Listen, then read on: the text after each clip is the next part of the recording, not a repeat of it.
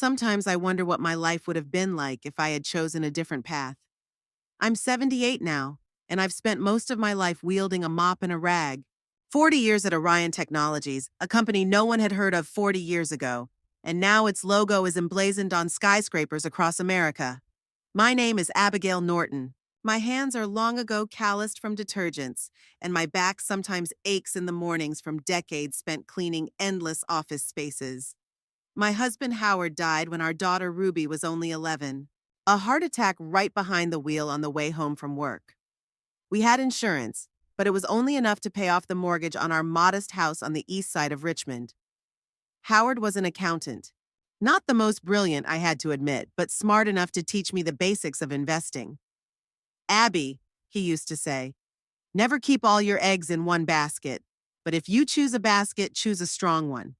After he died, I had to get by somehow. There weren't many jobs for a woman with a medical assistance degree who'd spent 10 years at home raising her daughter. I took a job as a janitor at Orion Technologies because they offered health insurance and flexible hours. I could come in the evenings when Ruby was already home from school. I remember my first day on the job. The smell of lemon cleaner, the endless hallways, the glass partitions between offices that had to be wiped down extra carefully, and the blank stares I got from late-night coworkers. I was invisible, a shadow slipping between desks with a wastebasket.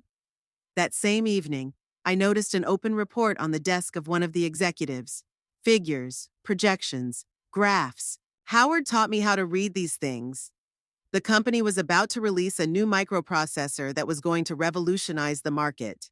I remembered what my husband said about strong baskets.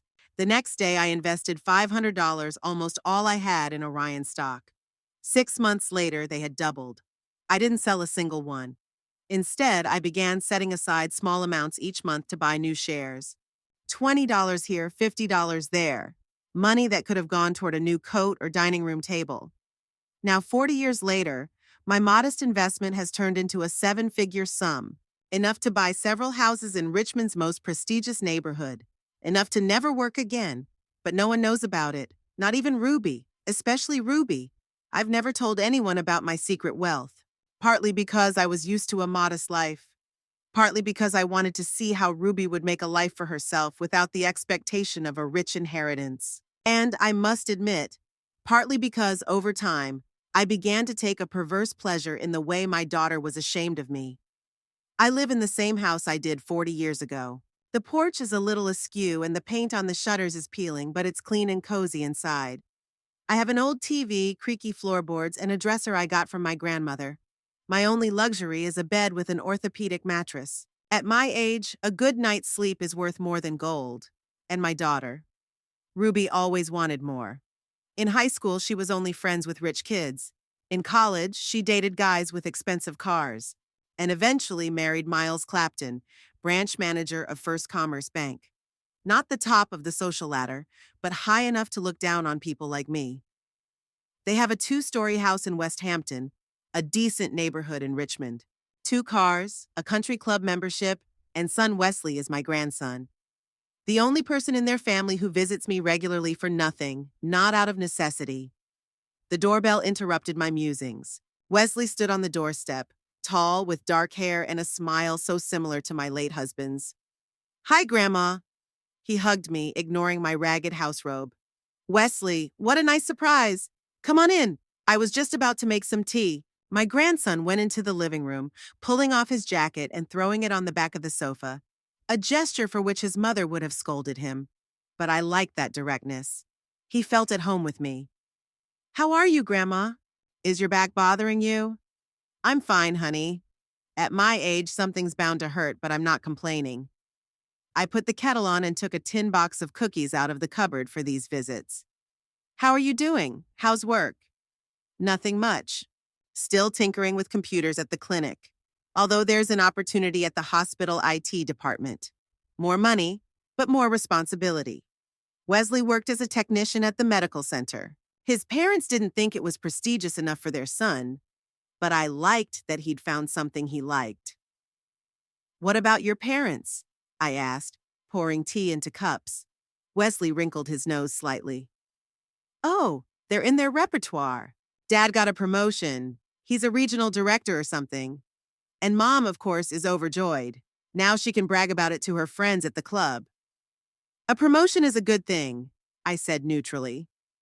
Tell him congratulations when you see him. You can do it yourself. Wesley sipped his tea. They're having a big party this Saturday for the promotion and their wedding anniversary. Mom said to give you an invitation. I almost choked. Ruby rarely invited me to her events. She usually limited it to Christmas and Thanksgiving, and she was reluctant. Really? I couldn't hide my surprise. Well, actually, Wesley hesitated. To be honest, she didn't ask for it. I insisted. Said it wasn't fair to celebrate a family event without the whole family. It was more believable. I smiled gratefully at my grandson. You're a good boy, Wesley, but I don't think your mother will like my presence among her important guests. Oh, come on, Grandma. Who cares what she thinks? You have to come. I don't want to be there all night with Dad's coworkers and Mom's club snobs. I need someone normal around me. I laughed. Wesley always had a way of cheering me up. Okay, I'll think about it, I said, not wanting to make a promise I might have to break after talking to Ruby. Great! Wesley glowed. The party starts at 7. There'll be a buffet, live music, and lots of pompous speeches. Dad's boss is coming from headquarters. Mom's been on edge for a week, ordering decor and picking out the menu. Sounds impressive, I said, imagining how inappropriate I'd look in my best suit, bought at a discount chain store. Of course you do. You know, Mom, everything has to be perfect, especially when you have a chance to impress the right people. We talked some more. Wesley told me about his plans to get additional education, about a girl he'd recently met, about a fishing trip with friends. The normal, down-to-earth things that made him so different from his parents. When he left, I sat in silence for a long time, thinking about the upcoming party. Part of me wanted to ignore the event like I had done so many times before, to spare myself from the condescending looks of Ruby and her friends, from the awkwardness of someone asking what I was doing. But the other part, the part that had been patiently waiting for decades, whispered, maybe it's time to show them who you really are. I rose from my chair and walked over to the old secretary in the corner of the living room. Inside, under a stack of utility receipts, was a folder. In it were account statements, stock records, deposit information. My secret life, hidden from everyone. I paged through the papers, remembering how I had watched my investments grow year after year. How sometimes I had to choose between buying new clothes for Ruby and buying a few more shares. How I continued to work as a janitor even when I could afford to retire. How I watched the ease with which my daughter distanced herself from me, ashamed of my profession and lifestyle. Maybe it really was time for a change. After Wesley's visit, I pondered his invitation for several days. My daughter hadn't called a sure sign that she wasn't thrilled to have me at her party. But I figured I should at least try to make things work. Maybe I'd gotten sentimental with age, or maybe I was just tired of the silent war that had been going on for years. On Thursday, I made up my mind. I put on my decent sand-colored suit that I'd been saving for special occasions, neatly styled my gray hair, and even put on a little lipstick.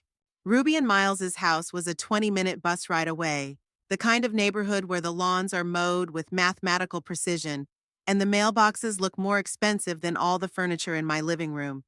I had no warning of my visit. Experience told me that Ruby would probably find a reason to postpone the meeting.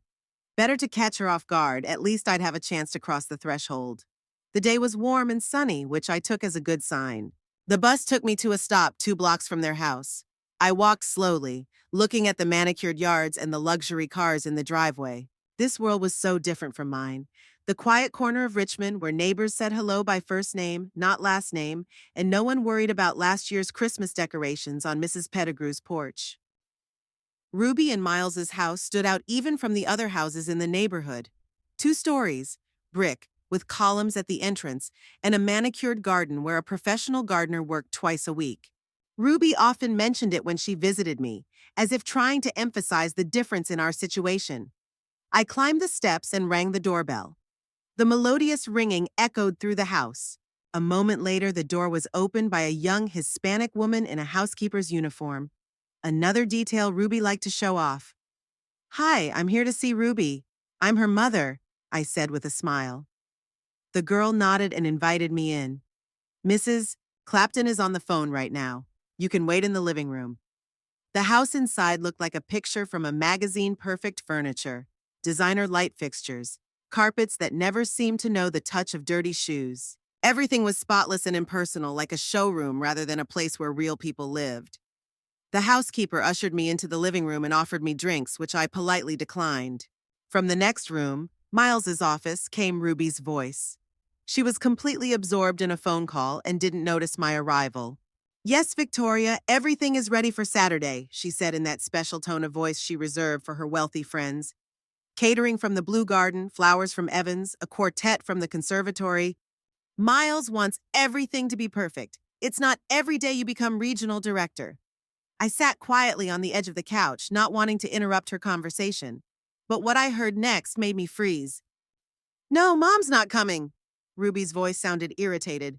Wesley's insisting, of course, but it's a night for important people. Miles's boss, the partners from the main office. What am I going to tell them? Meet my mother, the janitor at Orion Technologies? I felt the color flood my face. Of course I knew about my daughter's attitude, but it was one thing to guess, and quite another to hear it said out loud in such a cold, calculating tone. You know William Preston, the new vice president, don't you? Ruby went on. He's a big shot in their company. What if he remembers my mother scrubbing the floors in their office? That would just kill any chance Miles had of moving on. I closed my eyes, trying to deal with the wave of resentment and anger. 40 years of honest labor, 40 years of taking care of her daughter. And this is how she talks about me? Of course I won't say anything like that to her directly.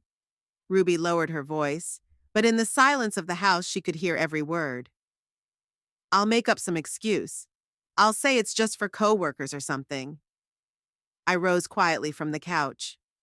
I wanted to leave, to disappear, not to see my daughter after what I'd heard. But pride wouldn't let me. I'd lived too long to run away from unpleasant conversations. The housekeeper, noticing my movement, looked at me questioningly. I gestured that it was all right and headed for the study door. Ruby, I called, standing in the doorway. My daughter turned around, her phone still pressed to her ear. A look of horror flashed across her face, quickly replaced by a strained smile. Victoria, I have to go. I'll talk to you later. She ended the conversation hastily and stood up, adjusting her perfectly fitting linen suit.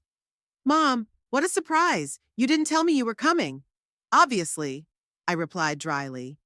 I didn't want to interfere with your plans. Ruby came over and hugged me awkwardly, a ritual we both performed mechanically without warmth. What are you doing here? Did something happen? Wesley invited me to your party on Saturday, I said bluntly. I came to get the details.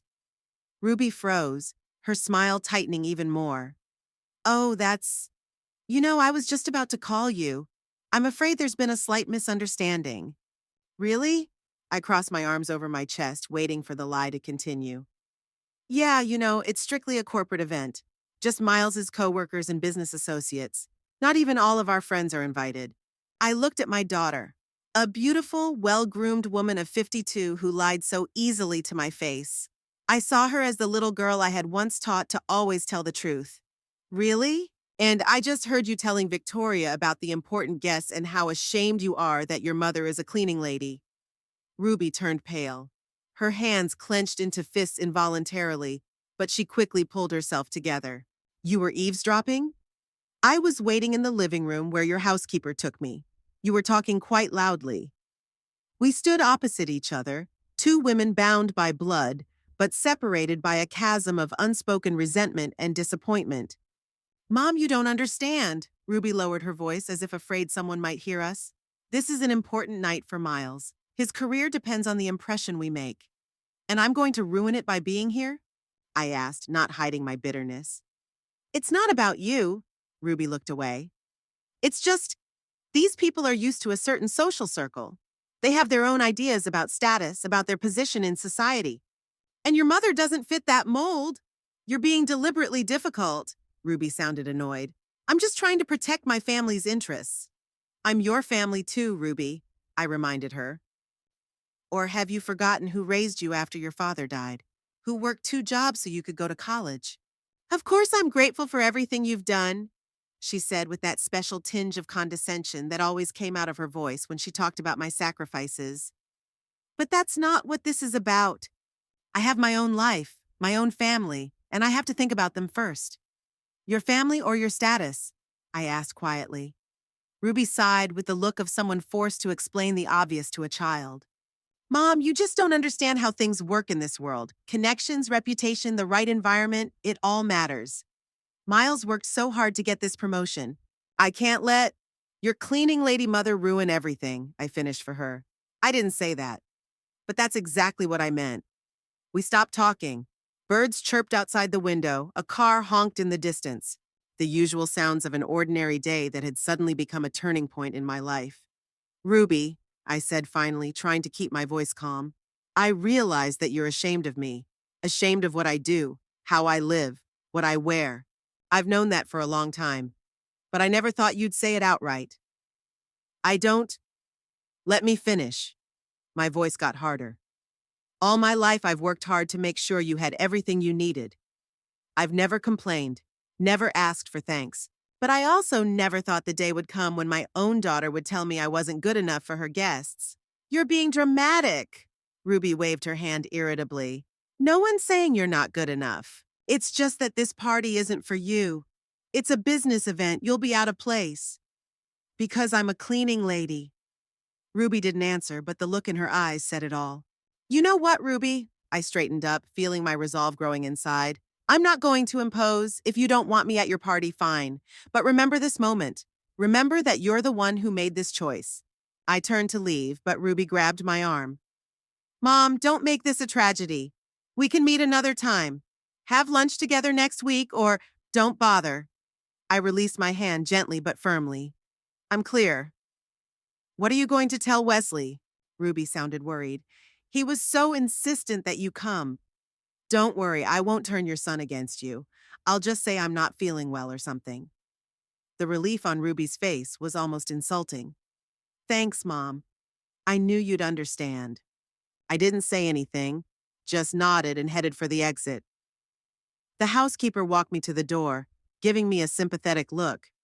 I wondered how many conversations like that she'd heard in this house. It was still sunny outside, but I felt like the clouds had thickened.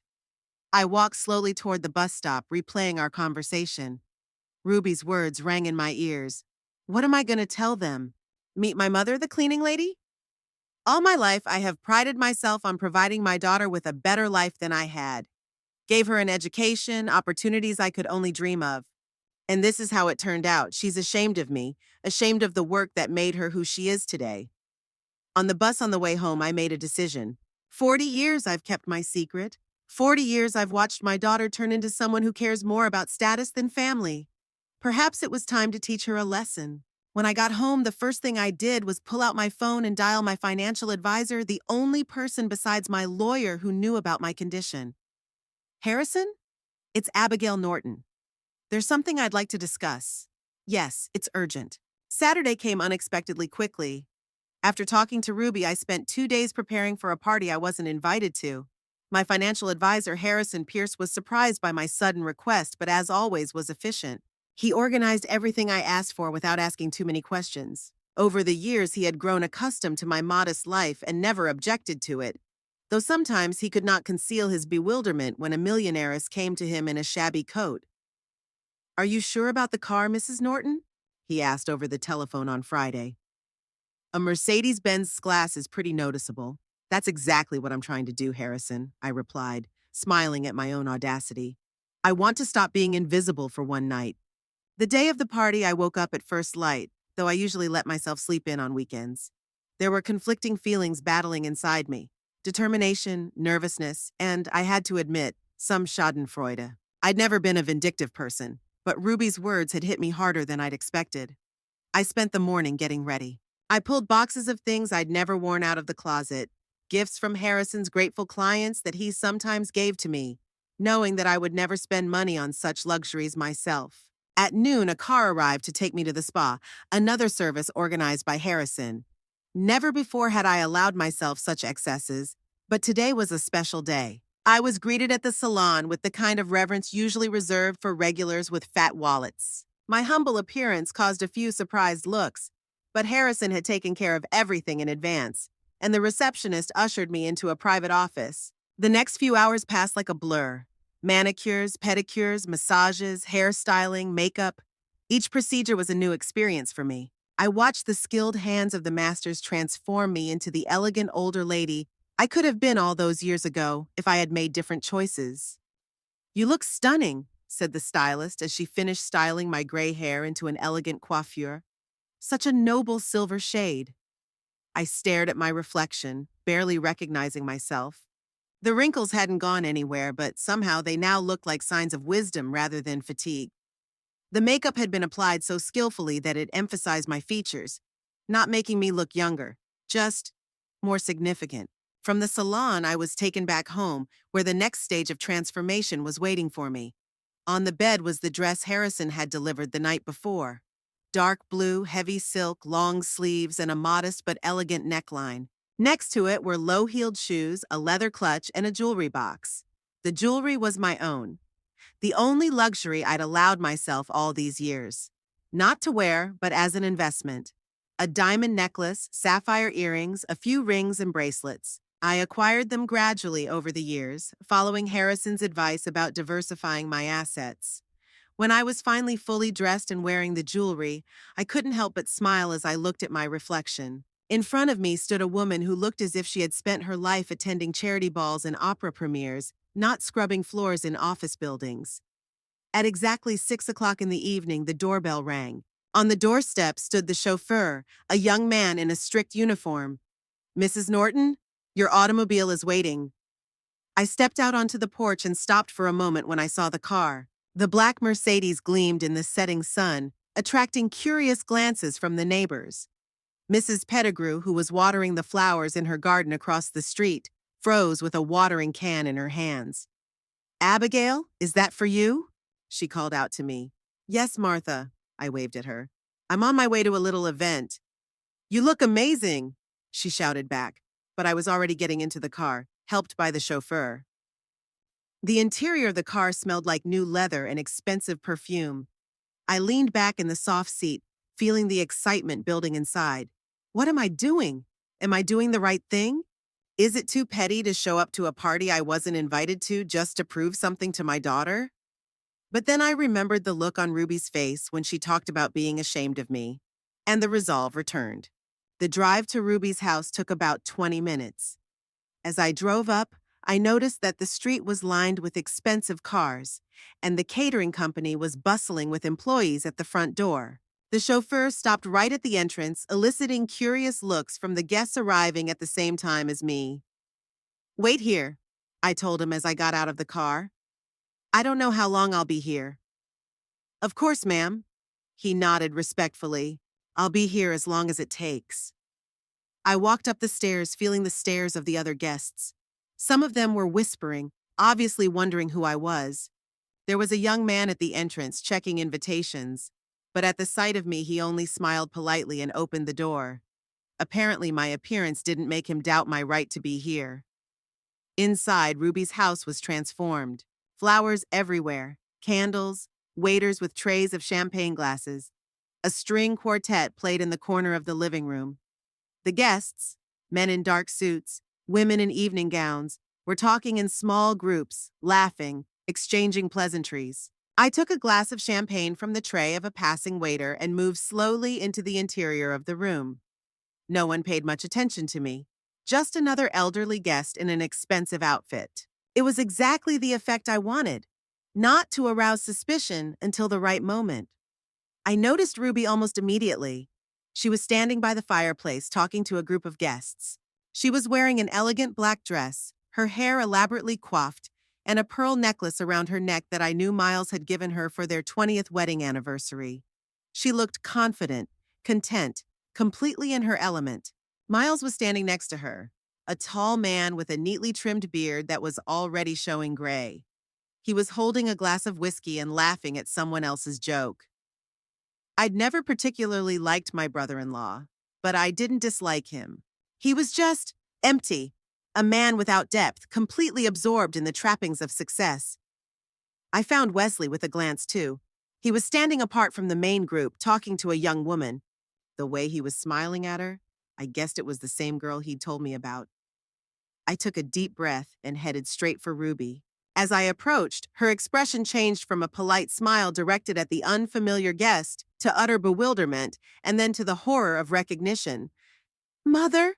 she whispered when I was close enough. "Hello, Ruby," I smiled at her and nodded to the other guests. "Would you introduce me to your friends?" Ruby froze, clutching her glass convulsively. Miles, who was standing nearby, broke away from the conversation and turned to us. "Who?" he began, but paused when he saw me. "Mrs. Norton?" "Hello, Miles." I gave him my hand. "Congratulations on your promotion."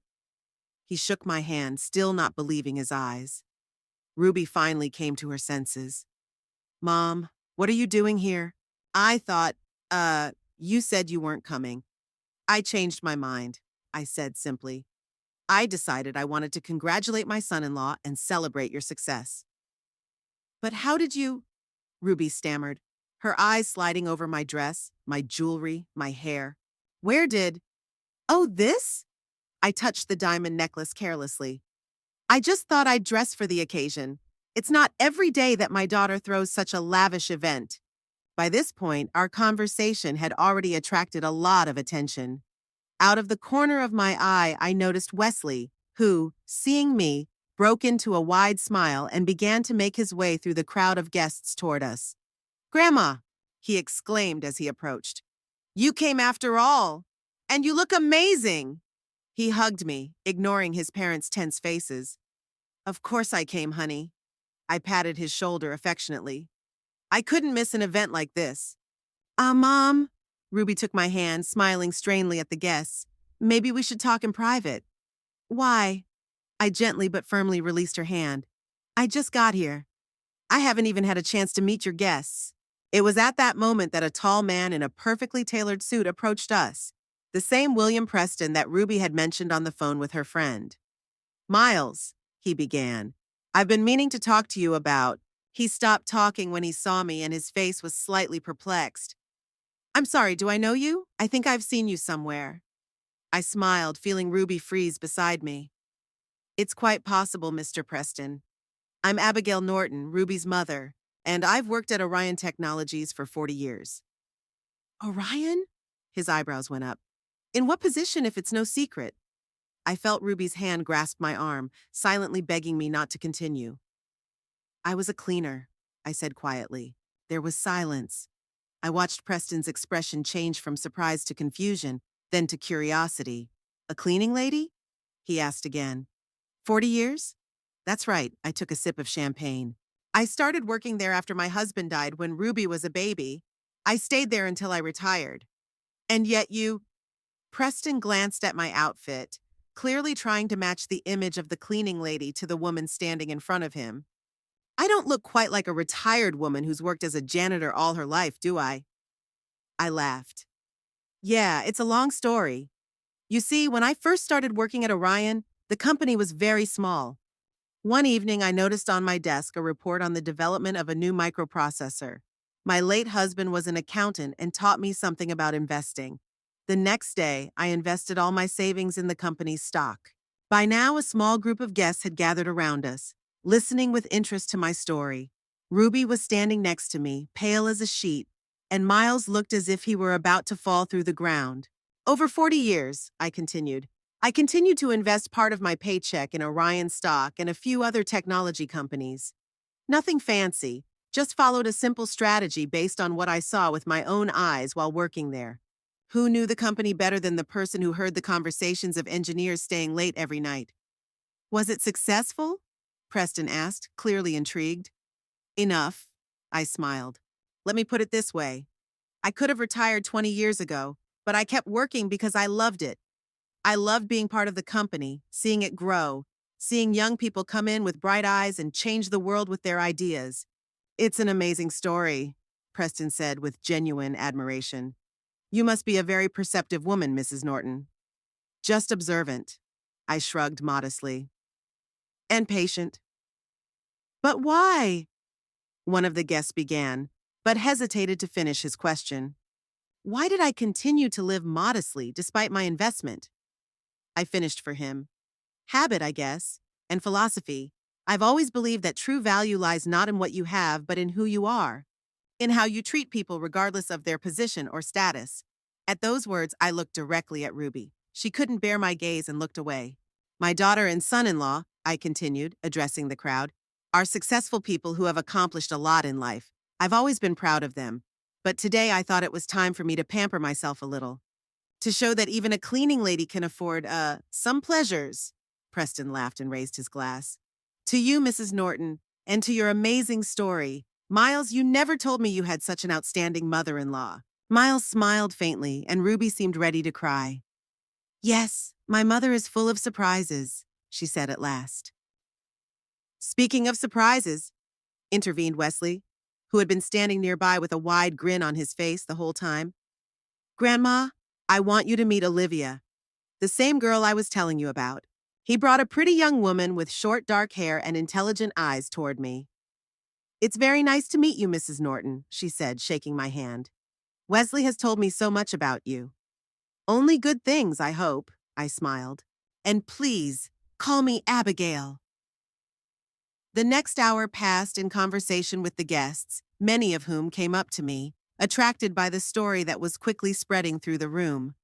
I found myself enjoying the attention, something I had never experienced before.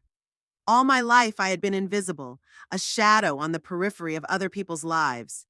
Now suddenly I was the center of attention. Ruby and Miles were careful to avoid me, preoccupied with their guests, but I could see them casting nervous glances in my direction, clearly trying to figure out what else I might be up to. The morning after the party was overcast. I woke up late, still digesting the events of the previous evening.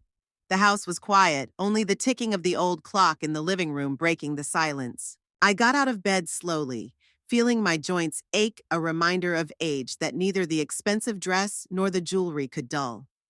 I'd left Ruby's house around 11 p.m. yesterday, when the party was in full swing.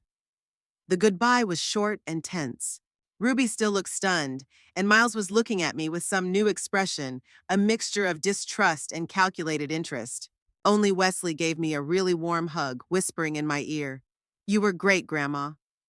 The chauffeur drove me home, and I sat in the dark for a long time, remembering the amazed faces of the guests as I told my story. There was something liberating about finally taking off the mask of the humble elderly cleaning lady I had hidden behind for so many years. Now, in the light of a new day, I thought about the consequences. The secret I had kept for 4 decades had been revealed. What would it change? How would Ruby react when she recovered from the shock? And what would I do on my own? Before I could think about it, the phone rang.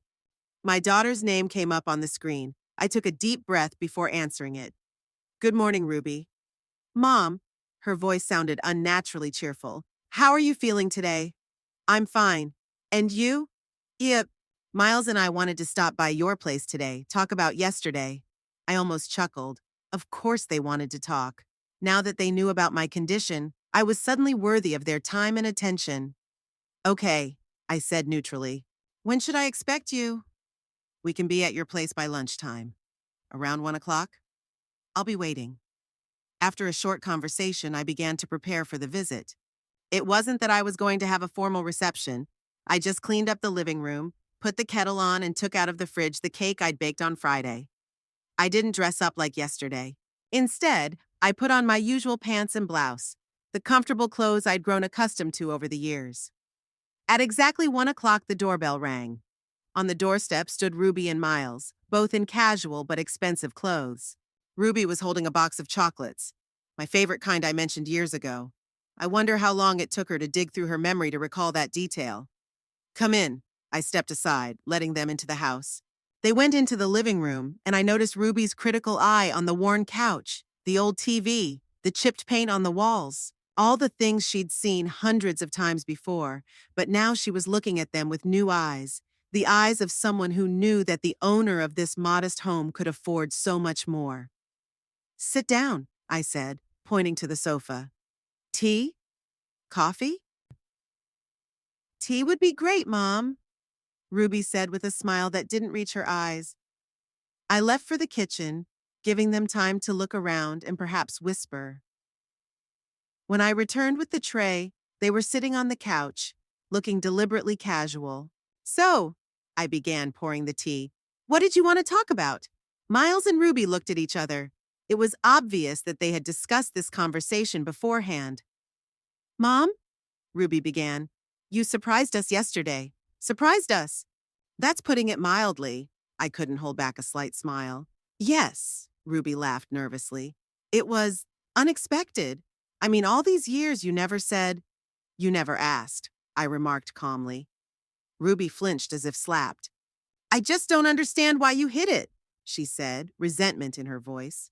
Why you kept living like this when you could afford so much more? Like this? I asked, looking at my daughter carefully. Well, she waved her hand indefinitely, looking around the room. It's modest in this old house, working as a cleaner, even though it wasn't necessary. Is there anything wrong with that? I put the cup on the table. Living modestly? Doing an honest day's work? No, of course not, but Ruby hesitated. You could live a much more comfortable life, not working so hard at an old age. I liked my work, I said simply, and my life suited me. Miles, who had been silent until then, decided to intervene. Abigail, Ruby and I just want to say that we're worried about you. At your age, living alone in a house in need of repairs, it's not the best thing to do. I could barely contain my laughter. It was the first time in over 20 years he'd called me by my first name instead of Mrs. Norton. What do you suggest? I asked, already guessing the answer. We were thinking, Ruby put her hand on Miles's knee, showing family unity, that you could move in with us. We have a big house, a guest bedroom on the first floor, so you wouldn't have to climb the stairs, and we could spend more time together. I stared at them in silence, trying to figure out if they really thought I was that naive. That's sweet of you, I said at last. But I'd rather stay here. I'm used to my home. But Mother, Ruby stepped forward, think of the advantages. You wouldn't have to worry about utility bills, cleaning, cooking. We could hire a nurse to help you. A nurse? I raised an eyebrow. I'm perfectly capable of taking care of myself, Ruby. And I prefer to decide what I do with my money. Ruby's face flushed a little. That's not what I meant. I just wanted you to know that we're here to help. Now that we know about your situation. My situation hasn't changed in the last 24 hours, I said. Only your attitude toward me has changed. There was an awkward pause. Miles coughed. Abigail, Ruby and I are just trying to mend our relationship. There may have been misunderstandings in the past. Misunderstandings? I couldn't hide my sarcasm. Is that what they call it now? Mom, Ruby's voice had a familiar note of irritation in it. We're trying to make things work. Why are you making this so hard? I sighed. Were they really that blind? Or did they just not want to admit the obvious? Ruby, Miles, I said, choosing my words. I appreciate your visit, but let's be honest with each other. A week ago, you didn't want me at your party because you were ashamed of my profession. You, I looked at my daughter, told your friend bluntly that I might spoil the impression of your family. It was a misunderstanding. Ruby looked away. I was just worried about the party. And today you're here, suggesting I move in with you and hire a nurse, and the only thing that's changed is that you found out I have money. Ruby jumped up from the couch. It's not fair. You're making us look like some kind of inheritance hunters. Isn't it? I looked her straight in the eye. Miles put his hand on Ruby's shoulder, urging her to sit down. Abigail, we understand how you feel. Yes, yesterday was a shock to all of us. But that doesn't mean our desire to help is insincere. Help me or help yourself? I asked quietly. Be honest, at least for now. They were silent, and in their silence I saw the answer. Yes, of course, money, always money. They couldn't help but wonder about the inheritance, about what would happen to my fortune after I died. And now that they knew it existed, naturally they wanted to make sure they got their share. I think we all need time, I said, rising from my chair, signaling that the conversation was over. I appreciate your concern, but I'd prefer to stay in my house. Ruby opened her mouth, obviously about to object, but Miles squeezed her shoulder again. Of course, Abigail, he said with a strained smile. We respect your decision, but our offer still stands. If you change your mind, I'll let you know. I nodded, heading for the door. They left, leaving the tea and candy untouched. I stood at the window watching them get into their expensive car. Ruby was saying something emotionally, waving her arms, and Miles was listening with that peculiar expression on his face that meant he was already coming up with a new plan. I felt neither anger nor frustration, just fatigue and a kind of detached curiosity. Did they really think I wouldn't understand the true motives behind their sudden concern? Or could they simply not think of a more subtle approach? The ringing of the doorbell interrupted my musings. Wesley stood on the doorstep with a bag, the aroma of fresh baked goods wafting from it. "Hi, Grandma," he smiled. "Thought I'd stop by on my way home. Brought your favorite scones from Jenkins Bakery." I smiled and led him into the house. "Your parents were just here," I said, walking back into the kitchen. "I know." Wesley wrinkled his nose. "I met their car on the corner. From the look on my mom's face, the conversation didn't go well. Let's just say we didn't come to an agreement." Wesley laughed and started unpacking the scones. "Let me guess. They offered to let you move in with them and put a nurse in?" I looked at my grandson in surprise. "Did you hear them talking?" "No, but I know my parents," he shrugged. "They'd been talking all morning about how to get a better shot at your money without saying so." I shook my head. I guess I was right about my suspicions then. "You weren't," Wesley put the kettle on. "They were in shock yesterday. First, Mom was furious that you came despite her prohibition. Then she was furious that you showed up like that, as she put it. And when the guests began to admire you and your story, she just didn't know what to do." I listened to my grandson's story, trying to imagine Ruby's reaction. At one point, I even felt sorry for her. It must have been humiliating for her, especially considering how important her status was in the eyes of others. "But the best part was when everyone left," Wesley continued. "He and your father immediately started discussing how much money you might have and how to convince you to spend it wisely, which in their language means, give it to us." "And what did you tell them?"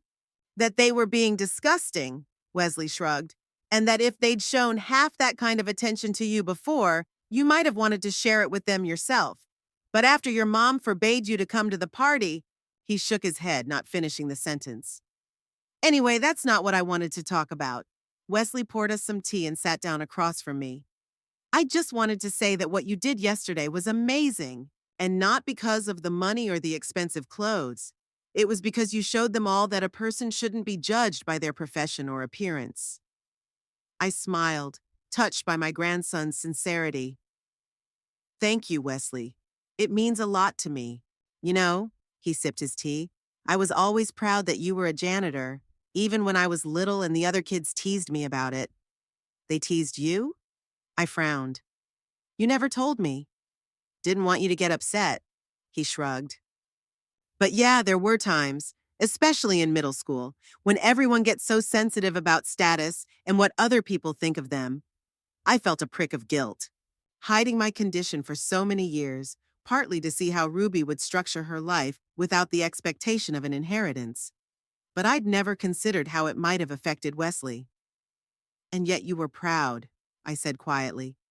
"Of course I was," Wesley smiled. "You taught me that any honest work deserves respect, that it's not who you work for that matters, but how you treat your work and how you treat other people. And you know, it helped me choose my path rather than follow the road my parents suggested." I reached out and squeezed his palm. "You're a good boy, Wesley. Of all my investments, you're the luckiest." He laughed. "Even better than Orion's stock?"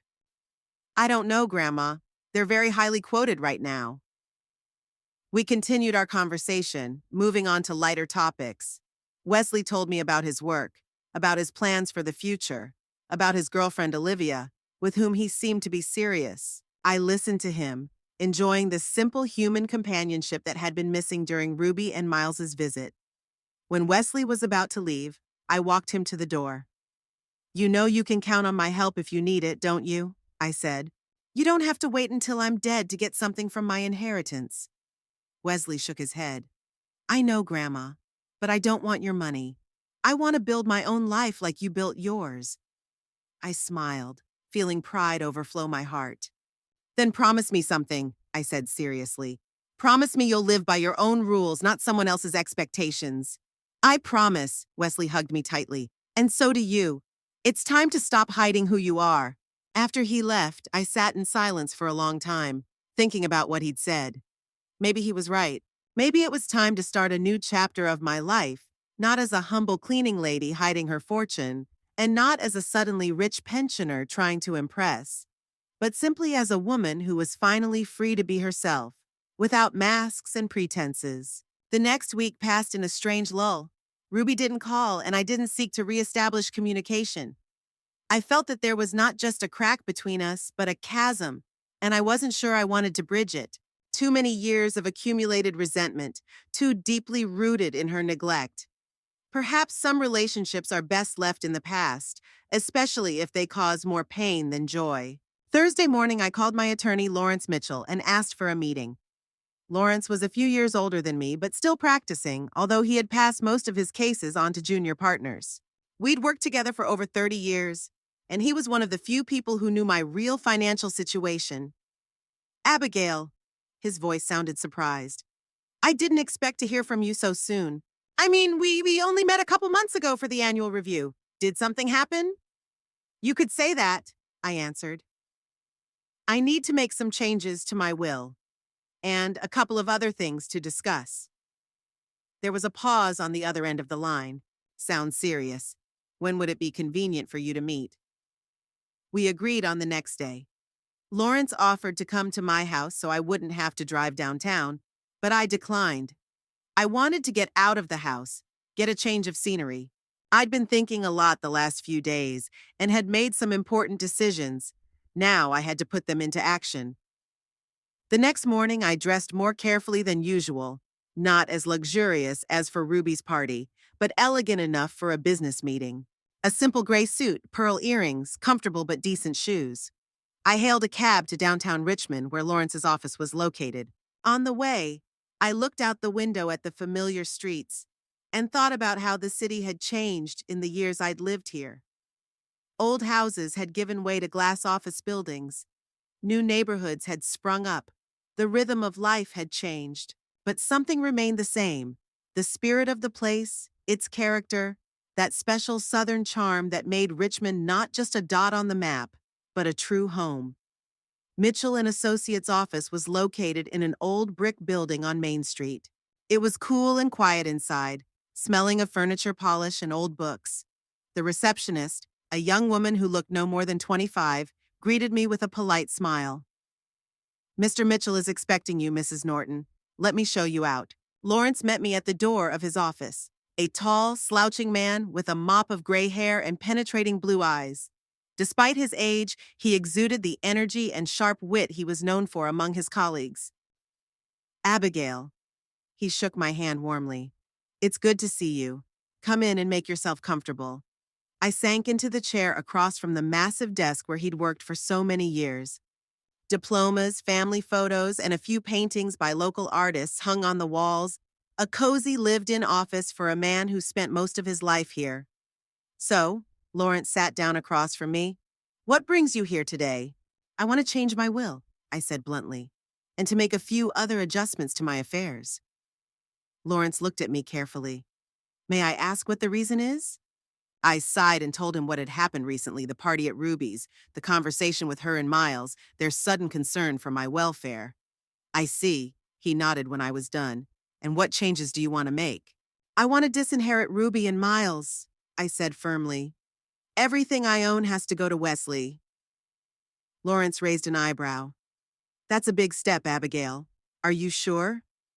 More than sure. Ruby never appreciated me, only what I could give her. And now she's only interested in my money, not me. What about Wesley? Aren't you afraid that this much money might, change him? I shook my head. Wesley's not like that. He's never been about money or status. Other values are important to him. Just like you, Lawrence smiled. Yeah, I guess so. I smiled too. He and I are alike in that. Lawrence leaned back in his chair, tapping his fingers on the table, a gesture I knew well. He always did that when he was considering a difficult decision. You know, Abigail, in all the years I've known you, I've always wondered about your lifestyle. A lot of people, given a fortune like that, would immediately rush out to spend money. Luxury homes, cars, traveling. But not you. You continued to work as a cleaner, living in the same modest house. I often wondered, why, I wondered. It's a question I've asked myself many times over the years, and the answer has never been simple. When I first started working at Orion, I said slowly, I saw a lot of different people, rich and poor, successful and not so successful. And I noticed one thing: money rarely makes people happy. Sometimes the more they had, the more they feared to lose, the more they depended on external recognition. Lawrence nodded, listening attentively. I remember one of the first executives of the company, Robert Andrews. He was one of the people who started Orion, rich, successful, with a beautiful house and an expensive car. But every night when I came to clean, he was still in the office, working late into the night. Often I'd see him sitting there, staring into the void, with this lost look on his face. I remembered the man as clearly as if I'd seen him yesterday. A tall man with prematurely graying hair and a perpetual crease between his eyebrows. He had noticed me one night. Usually managers didn't pay attention to cleaning ladies. We were like ghosts to them. But he was pretty drunk and probably just wanted someone to talk to. He asked me if I was happy. Such a strange question from a man who had everything others only dreamed of. And what did you answer? Lawrence asked. I said yes, I was happy on the whole. I had a roof over my head, a daughter I loved, a job that allowed us to live decently. He looked at me for a long time and then laughed, said I was probably the only happy person in the whole building, that he would give his entire fortune to feel again what he felt before he became rich: the freedom, the joy of simple things, the ability to appreciate moments rather than constantly striving for more. I thought back to that conversation, one of the turning points in my life that influenced many of the decisions I made later. A year later, he was gone, a heart attack right in the office. He was only 46. And I thought at the time, here was a man who had everything that many people dream of but was deeply unhappy. And I, a simple cleaning woman, could find joy in the small things: a cup of hot tea after a long day, in my daughter's smile, in the flowers I grew in the backyard. Lawrence nodded understandingly. When my investments began to make a serious return, I continued, I was faced with the choice of changing my life or leaving it as it was, and I decided that money shouldn't change who I was at heart. It was not an end for me, but a means, a safety net, an opportunity to help others discreetly, a store of value for the future. But I didn't want it to define me or my relationships with people. Especially not with Ruby, Lawrence remarked. Yes? I smiled sadly. Ruby had always been drawn to material things. Even as a child, she was more interested in expensive toys than in simple pleasures. I thought if she knew about money, it would only reinforce that trait in her. You wanted her to learn to appreciate other things. Exactly. But as you can see, it didn't work. She still grew up a person who values status and the trappings of success above all else. Maybe it's my fault. Maybe I was overzealous in trying to instill in her values that I myself thought were important. Lawrence shook his head. Don't blame yourself, Abigail. We do the best we can, but children choose their own paths. My eldest son, too, chose a path that didn't match my hopes. But it's his life, his choice. I nodded, grateful for the understanding. Anyway, I continued, now I want to change something, not just in the will, but in my life. I've been living out of habit for too long, maybe even out of stubbornness. It's time to allow myself a little more. What do you mean? Lawrence pitched forward with interest. I want to move. Buy a new house in another neighborhood in Richmond. Not a fancy mansion, just a more comfortable place for an old woman, and maybe travel. I've always wanted to see Europe, especially Italy. Lawrence smiled. That sounds wonderful. I think you've earned it. And I also want to set up a trust fund for Wesley, I added. Not so that he'll get it all at once, but so that the money will be available to him gradually, for education, for setting up his own business if he wants to. A reasonable solution, Lawrence nodded. I can prepare all the necessary documents. As for the new house, I know a realtor who specializes in real estate for the elderly. One-story houses in good neighborhoods with a comfortable layout. That would be very helpful, I thanked him. We spent the next hour discussing the details of the new will and trust fund. Lawrence wrote down my wishes, sometimes asking clarifying questions or suggesting alternative solutions. He was easy to work with. He never tried to impose his opinion, only to help me put my wishes into legally correct form. Okay, he finally said. I'll have the paperwork ready by next week. You'll have to come to sign them in the presence of witnesses. Thank you, Lawrence. I rose from my chair. For everything. You're welcome. He stood up too. You know, Abigail, I've always admired your approach to life. You're one of the wisest people I know. I laughed. Oh, I'm just an old woman who's clung to her habits for too long. No. Lawrence shook his head.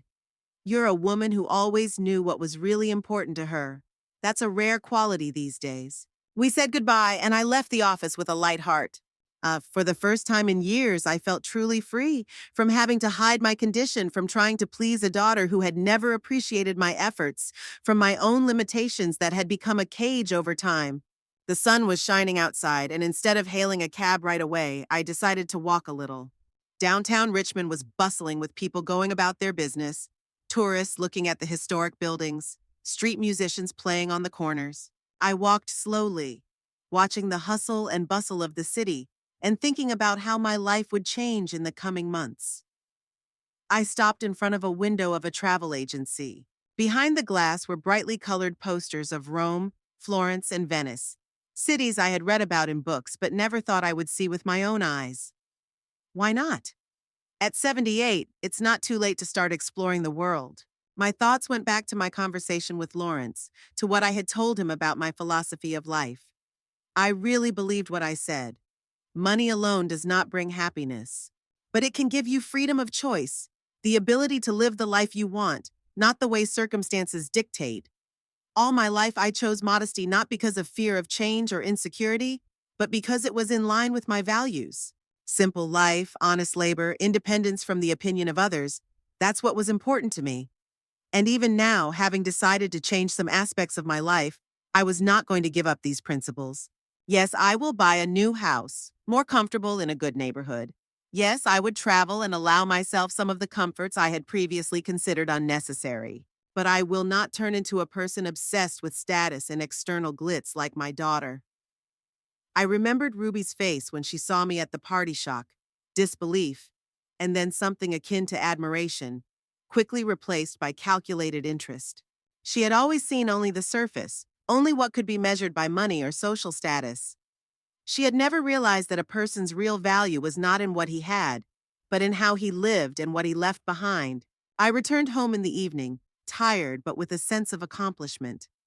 My little house greeted me with its familiar silence and the smell of the lavender I was growing on the windowsill. I walked around the rooms looking at them with new eyes. Soon I would be living somewhere else, but a part of me would always be connected to these walls, to this neighborhood where most of my life had been spent. A phone call interrupted my musings. It was Lawrence. Abigail, he said without preamble. I've been in touch with the realtor. She has some offers that might interest you. She can show them as early as next week if you're ready. Great, I replied. The sooner the better. After the conversation, I sat down at the kitchen table and started making a list. Things I wanted to take with me to my new home, places I wanted to visit, things I'd been putting off for too long. For the first time in years, I felt not just alive but truly free, ready for new endeavors despite my age. I didn't know how many years I had left, but I was determined to live them on my own terms, without masks or pretense. And if Ruby couldn't accept me for who I was, well, that was her choice. My life would no longer revolve around her approval or judgment. Tomorrow, a new chapter begins. And this time, I'll be the author of my own story, not just a character in someone else's play. The move took less time than I expected. The realtor Lawrence had recommended was a fast-talking middle-aged woman named Helen Brooks. She quickly understood exactly what I was looking for, and by the second day of showings, I had found the perfect place, a small one-story house in the Forest Hill neighborhood near the James River. The house was new, with wide doorways, a comfortable floor plan, and a small but well-maintained garden. After buying the house, I didn't rush into selling the old one. Instead, I decided to update it, new roof, fresh paint, modern plumbing, and rent it out to a young family at an affordable price. It was my way of paying tribute to a place that had been my refuge for so many years. I took few things with me, mostly those that had sentimental value to me. An old dresser I got from my grandmother, a few framed photographs, a collection of books I'd read and reread over the years. Everything else was left behind. I furnished the new house simply but tastefully. Comfortable furniture, bright colors, lots of light. No ostentatious luxury, only functionality and comfort. In the bedroom, I put a bed with the best orthopedic mattress I could find. In the living room, a large armchair by the window overlooking the garden, where you could sit with a book and a cup of tea, watching the birds and flowers. The neighbors appeared friendly, mostly older people like me or young married couples starting out. No one squinted at me with bewilderment, as they had in West Hampton when I'd come to visit Ruby. Here I was, just Abigail, a new neighbor who liked to grow herbs in her garden and sometimes baked blueberry muffins for communal gatherings on the veranda of Martha Donovan's from the third house down the street. Wesley visited often, helping me get settled in and just stopping by to chat. He was the only link between me and Ruby, who hadn't shown up or called since the day he and Miles had come to see me about moving in with them. "Mom's been asking about you," Wesley said one evening as we sat on my new porch, enjoying the warm summer evening. "Wanted to know how you were settling in." "You could have asked me directly," I said, sipping my tea. Wesley shrugged. "You know, Mom, it's hard for her to make the first move, especially when she knows she's wrong." I didn't say anything. Ruby had always had a hard time admitting her mistakes. Even as a child, she'd preferred to avoid sharp edges, to find ways around them, to avoid saying sorry. "By the way," Wesley set his cup aside, "I'm going to go to graduate school. Computer science and cybersecurity." "That's great!" I was genuinely excited. "Have you been thinking about it for a long time?" "Yes, but I kept putting it off because of financial issues. It's expensive and I didn't want to take out a loan." I smiled. "You know, I've been meaning to talk to you about it. I've set up a trust fund for you. Some of the funds are available now, just for education or starting your own business if you want to." Wesley stared at me wide-eyed. "Grandma, I don't know what to say." "You don't have to say anything." I patted his arm. "Just use that money wisely. It's not to save you from having to work, but to give you freedom of choice." "Thank you." He hugged me. "I won't let you down." "I know you won't, honey. I never doubted you." A week after that conversation, I got a letter from Lawrence.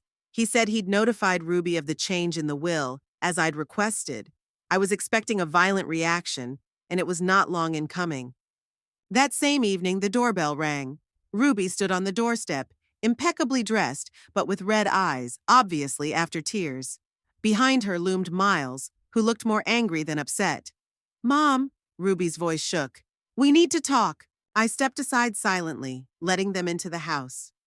They walked into the living room, looking around curiously. "It's beautiful," Miles said dryly. "I can see that a lot of money has been invested." "Have a seat," I said, ignoring his comment. "Tea? Coffee?" "No, thank you." Ruby sat down on the couch, nervously clutching the strap of her purse. "Mom, we got a letter from your lawyer." "I know." I sank into my favorite chair. Lawrence informed me that he had sent the notice. "But why?" Ruby sounded genuinely hurt. "Why did you disinherit us? What have we done wrong?" I looked at my daughter carefully. Did she really not understand? Or did she just not want to admit the obvious? "Ruby, you and I haven't spoken in years. You were ashamed of me, my profession, my lifestyle. You didn't want me at your party because you were afraid I'd spoil your family." "It was a misunderstanding," she exclaimed. "I've already apologized for it."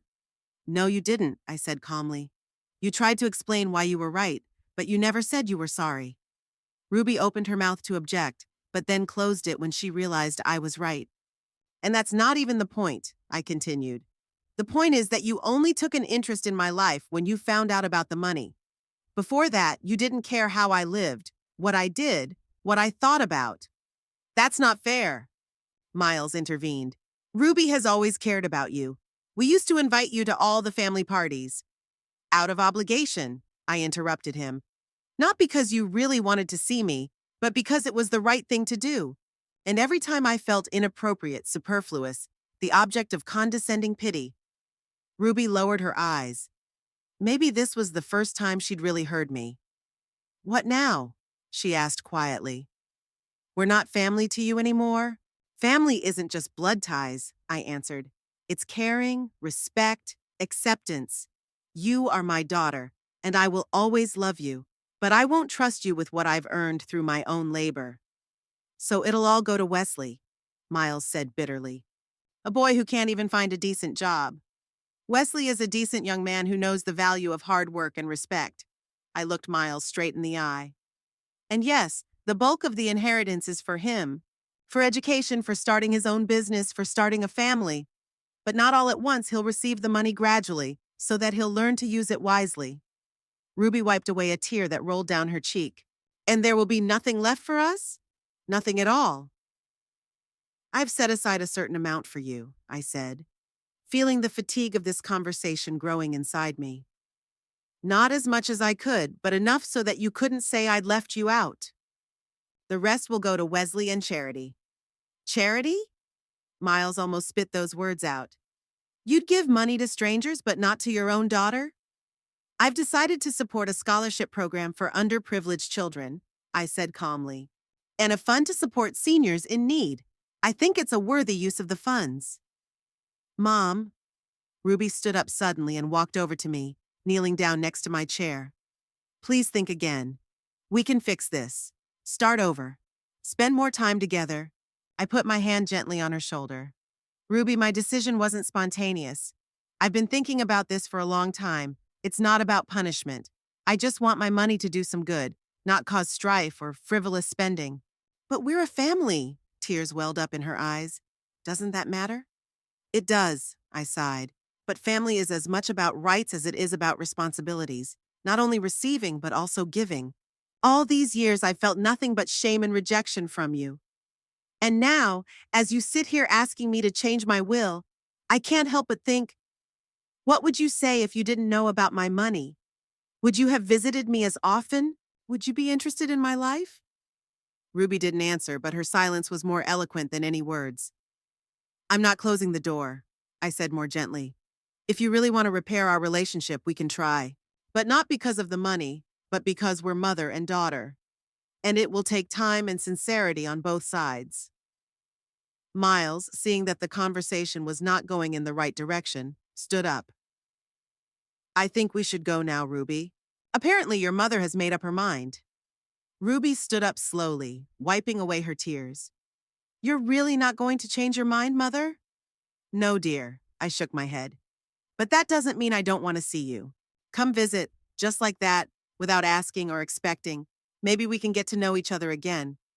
They left as suddenly as they had come. I sat in silence for a long time, thinking about our conversation. It was bittersweet to realize that even now Ruby was more interested in my money than in me. But at the same time, I felt strangely relieved, as if I had finally shed the heavy weight I had been carrying all these years. In the morning, I called the travel agency and booked a tour of Italy, a 2-week trip starting in Rome and ending in Venice. I had always dreamed of seeing these places, but had put off the trip, considering it an unacceptable luxury. Now that I was finally free from the shackles of the past, it was time to realize my dreams. The next few months were the busiest of my life. I traveled, first to Italy, then to France and Spain. In each country, I stayed not in luxury hotels, but in small family-run inns where I could feel the real atmosphere of the place. I wandered the narrow streets of old towns, sat in small cafes, talked to locals as much as my limited foreign vocabulary allowed.